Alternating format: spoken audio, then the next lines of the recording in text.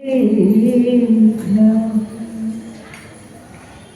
शांत संत अरिहंत अनंत ज्ञाता, हे शुद्ध बुद्ध शिव सिद्ध अवध्य ध्याता, आचार्य वर्य वज्राय सुसाधु सिंधु, मैं बार बार तव पाद पयोज बंधु।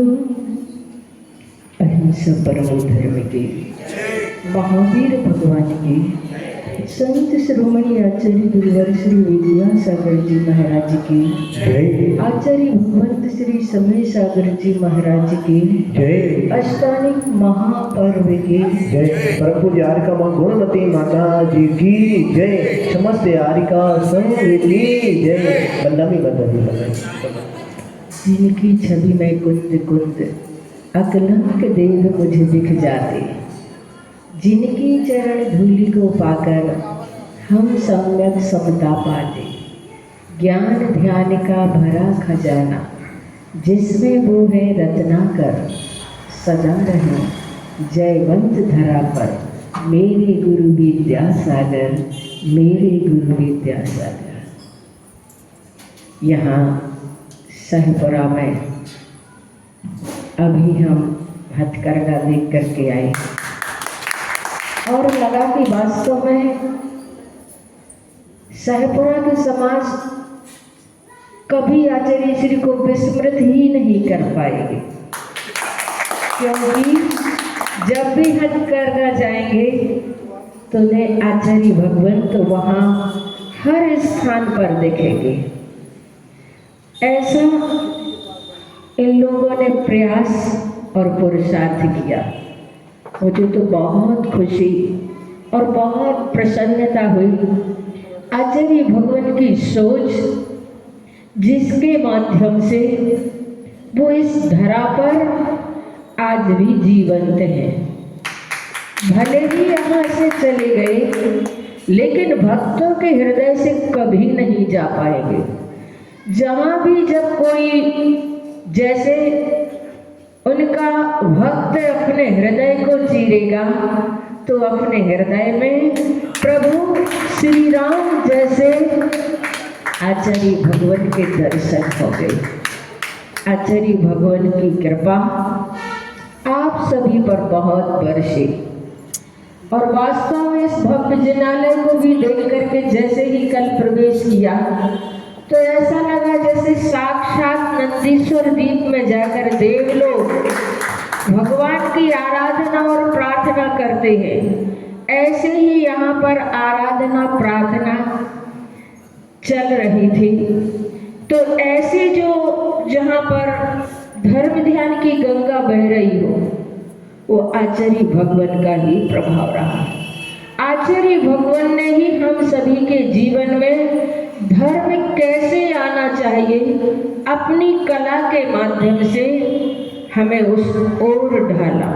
आचार्य भगवान एक बार कह रहे थे, आचार्य ज्ञान सागर महाराज जी के समय मैंने कभी जवानों को धर्म करते हुए नहीं देखा।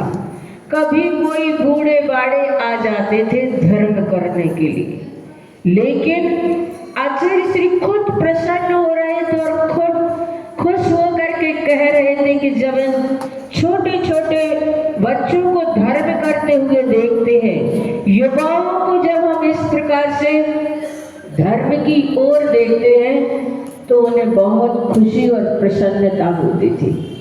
जिस प्रकार माता पिता धीमी चाल से चलकर बच्चों को चलना सिखाते हैं, उसी प्रकार गुरु अपने शिष्यों को चलना सिखाते हैं। बच्चा यद्यपि चलता स्वयं अपने पैरों से है, पर माता पिता की अंगुली का इंगन उसे चलने में सहायक बनता है। उसी प्रकार मोक्ष मार्ग में शिष्य भले ही स्वयं प्रवृत्ति करता हो, मगर गुरुदेव की अंगुली का इंगन हमें आगे बढ़ने में सहायक होता है।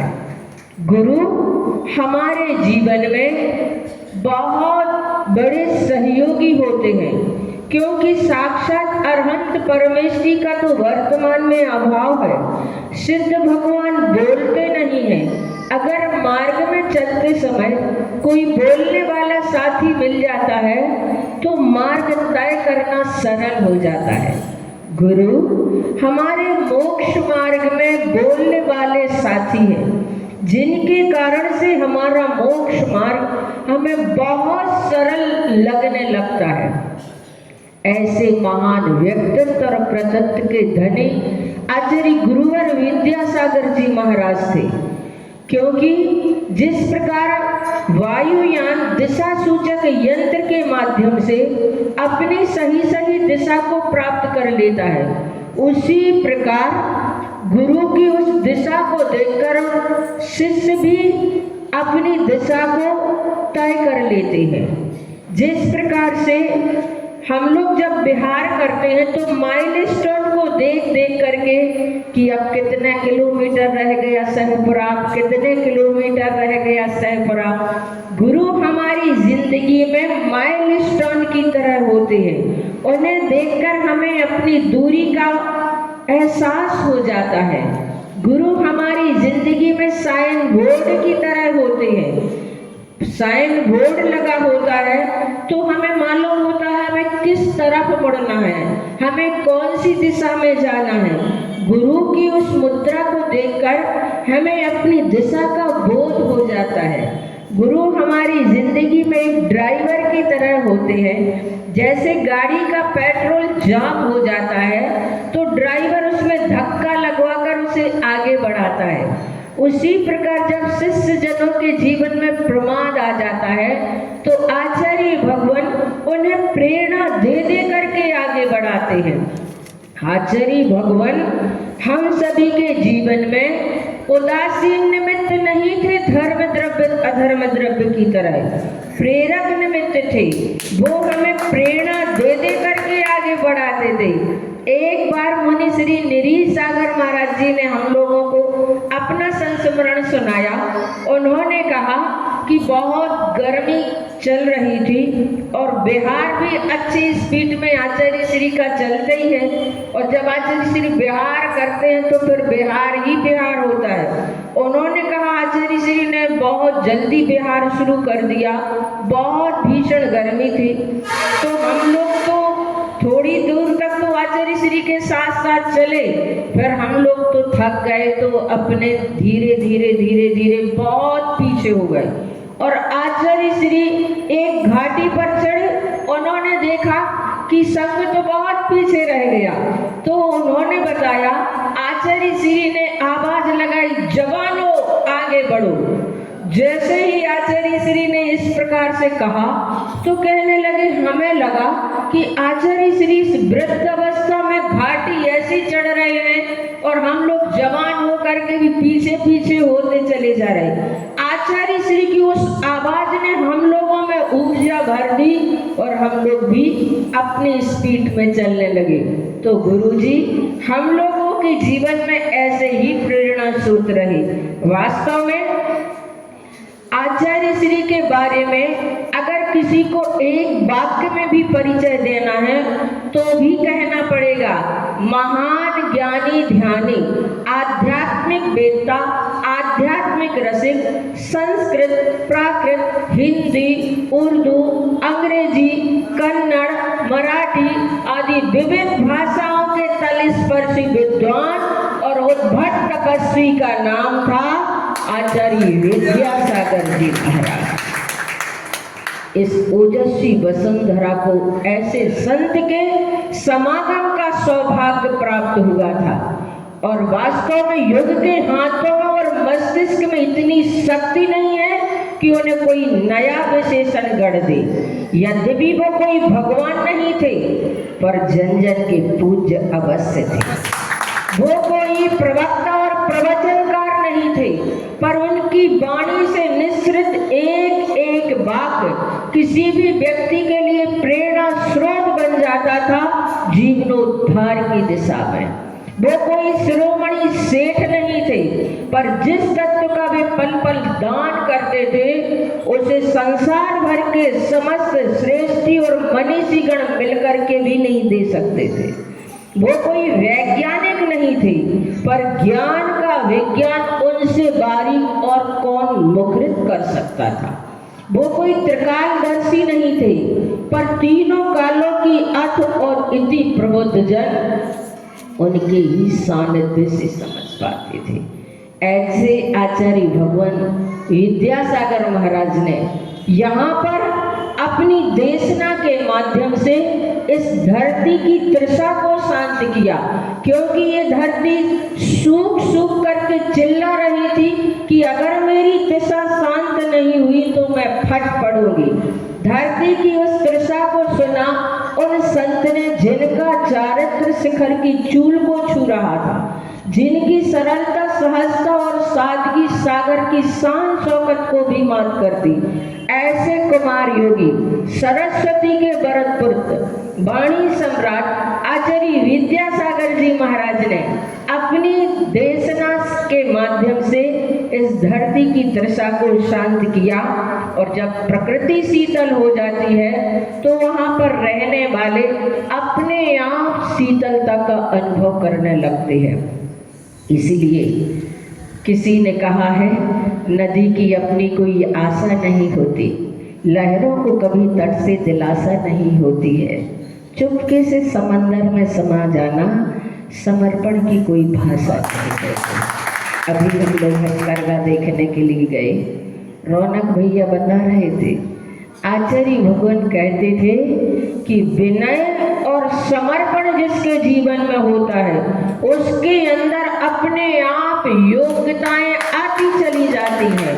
उसके लिए योग्यताओं का मोहताज नहीं होना पड़ता है, योग्यताएं स्वयं उसके जीवन में आ जाया करती थी, आ जाया करती हैं। तो बंधुओं, ऐसे आचार्य भगवान हम सभी का सौभाग्य था कि हमने अपनी आंखों से उनके दर्शन किए, उनकी कृपा हमें मिली।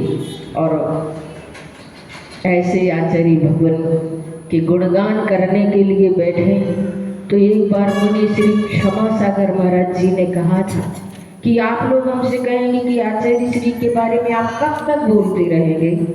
तो मैं तो कहता हूँ, जब तक जीवन में श्वास है तब तक बोलते रहेंगे। ऐसे आचार्य भगवान का व्यक्तित्व है।